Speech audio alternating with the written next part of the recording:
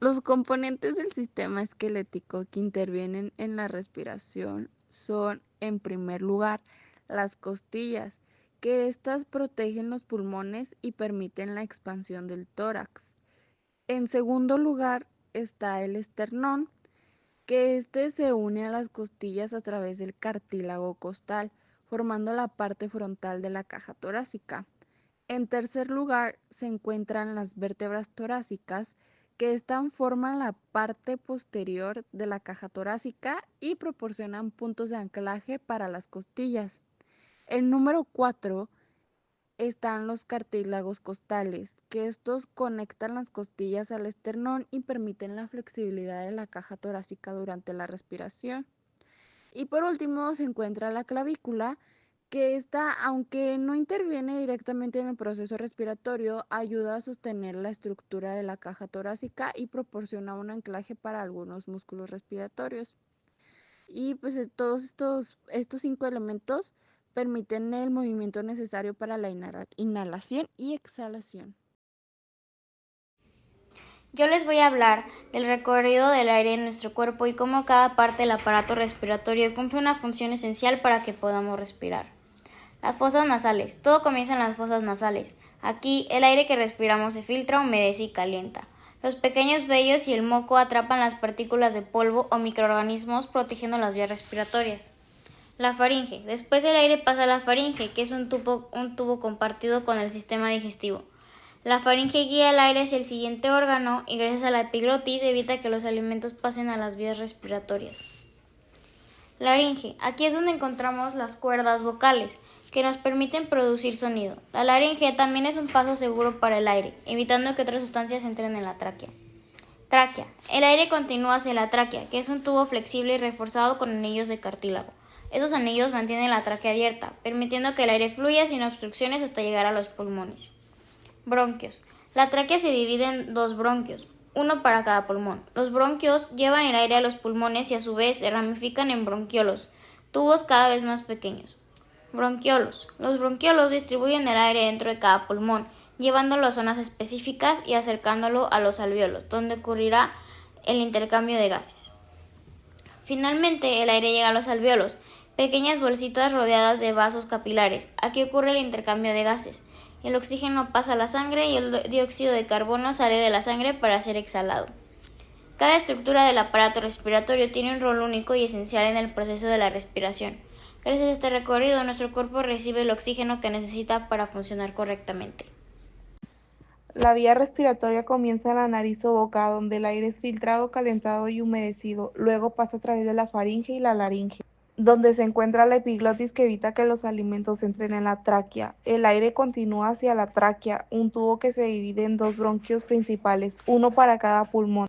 Dentro de los pulmones, los bronquios se subdividen en bronquios secundarios y luego en bronquiolos cada vez más pequeños. Finalmente, el aire llega a los alvéolos, las unidades funcionales básicas del pulmón, donde se realiza el intercambio de gases. El oxígeno entra en la sangre y el dióxido de carbono es expulsado. A continuación les hablaré de los procesos involucrados en la inhalación y exhalación. En la inhalación, como primer proceso encontramos la contracción de los músculos respiratorios. Los músculos intercostales y el diafragma se contraen, lo que aumenta el volumen de la caja torácica. El diafragma desciende hacia el abdomen, lo que aumenta el espacio en la caja torácica. La contracción de los músculos respiratorios aumenta la presión intrapleural, lo que ayuda a expandir los pulmones. Posteriormente, el aire entra en los pulmones a través de la boca o la nariz, y luego pasa por la tráquea y los bronquios. Y finalmente los pulmones se expanden y se llenan de aire. En la exhalación, la relajación de los pulmones respiratorios es el primer proceso. Los músculos intercostales y el diafragma se relajan, lo que disminuye el volumen de la caja torácica. El diafragma asciende al tórax, lo que disminuye el espacio en la caja torácica. La relajación de los músculos respiratorios disminuye la presión intrapleural, lo que ayuda a reducir el tamaño de los músculos. El aire sale de los pulmones a través de la boca o la nariz y luego pasa por la tráquea y los bronquios. Y finalmente los músculos abdominales se contraen, lo que ayuda a empujar el aire fuera de los pulmones. A continuación, les voy a detallar cómo ocurre el transporte de oxígeno y dióxido de carbono en la sangre. Bueno, de parte del oxígeno se absorbe en los pulmones, se une a la hemoglobina y viaja por la sangre arterial de las células. De parte del dióxido de carbono se produce en las células y se combina con agua y viaja por la sangre venenosa de regreso a los pulmones, donde se elimina. Hola, mi nombre es Grecia y les voy a describir el intercambio del oxígeno y dióxido de carbono durante la respiración interna y externa.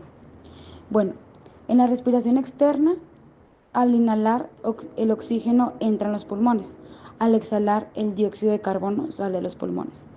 De parte de la respiración interna, el oxígeno se utiliza en las células para producir energía y en cambio en el dióxido de carbono se produce como residuo y se elimina.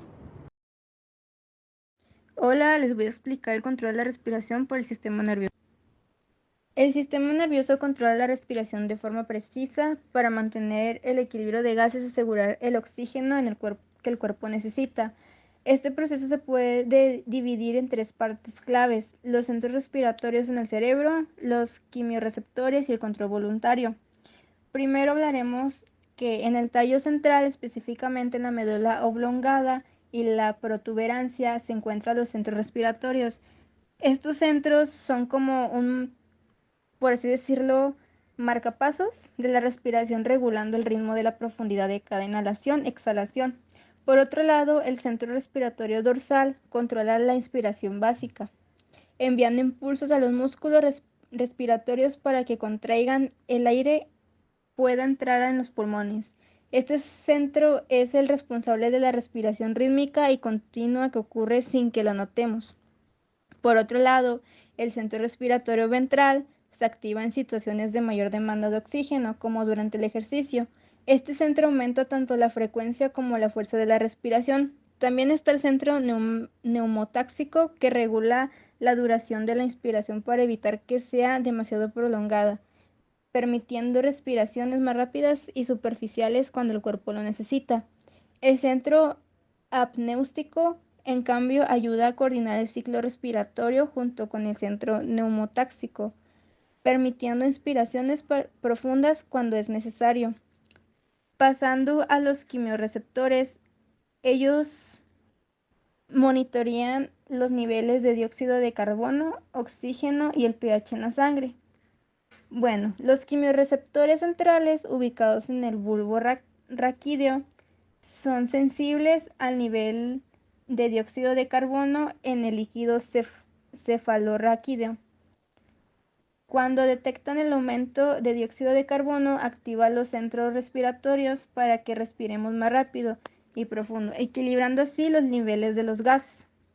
Por su parte, los quimiorreceptores periféricos, localizados en el cuerpo carotídeo y el arco aórtico, reaccionan cuando los niveles de oxígeno en la sangre son bajos, enviando señales al cerebro para aumentar la ventilación. Finalmente, el control voluntario de la respiración nos permite modificar el ritmo consciente gracias a la corteza cerebral.